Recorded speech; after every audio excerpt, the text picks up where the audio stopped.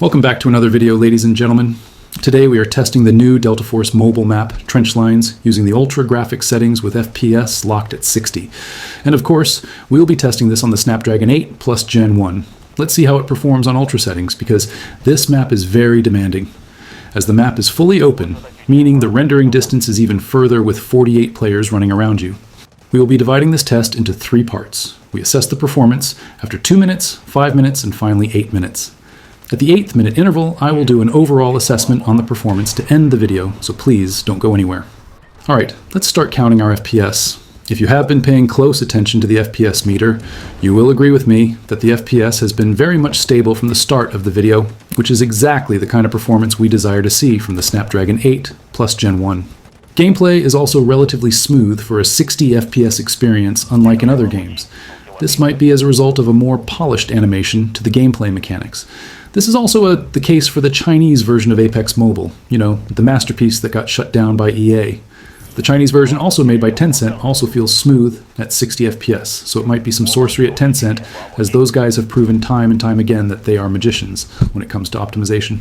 Coming into the 1 minute interval, we can see FPS is still very much stable, and while engaging that enemy, our FPS was still very much the same, which is a very, very impressive result for the Snapdragon 8 Plus Gen 1 so far in this gaming test, and we pray it remains the same going into the 2nd minute interval.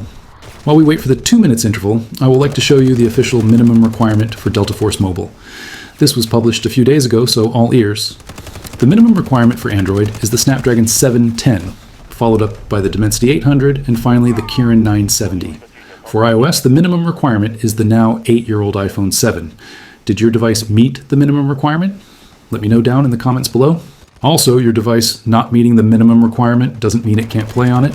Delta Force Mobile is very optimized. Alright, we are finally at the 2 minutes interval, and performance is relatively the same as from the beginning of this video, which is very good.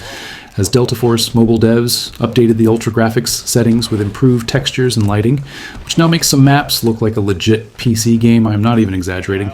Just look at these few images and tell me that doesn't look close to a PC game. Like, come on. So far, performance has been exceptionally great.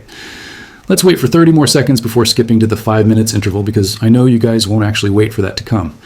I have also provided a timestamp, so you can choose to skip to any one you like. We are at the 5 minutes interval, and it looks like it's not showing any signs of dropping in performance, which is what we love to see. This means if you prefer playing at ultra graphics to 120 FPS, you can just do that in Delta Force Mobile flawlessly.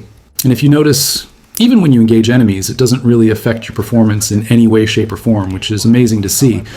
But I will actually love to test it in an area full with enemies to see how the Snapdragon 8 plus Gen 1 will fare, but right now everything is looking quite good for the Snapdragon 8 plus Gen 1. And just coming out from that trench, you can see how graphically stunning this map looks. Kudos to the Delta Force Mobile developers for making this amazing mobile game for us, hungry mobile players to play. It's simply just a gift from God, because we have been praying for a decent mobile game since Apex Mobile left us, and we have gotten pretty much more than we bargained for in Delta Force Mobile.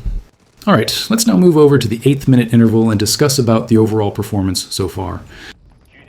We are finally nearing the end of this video, so let's summarize what we have seen so far on the performance of Snapdragon 8 plus Gen 1 in Delta Force Mobile using the ultra graphics with FPS locked to 60.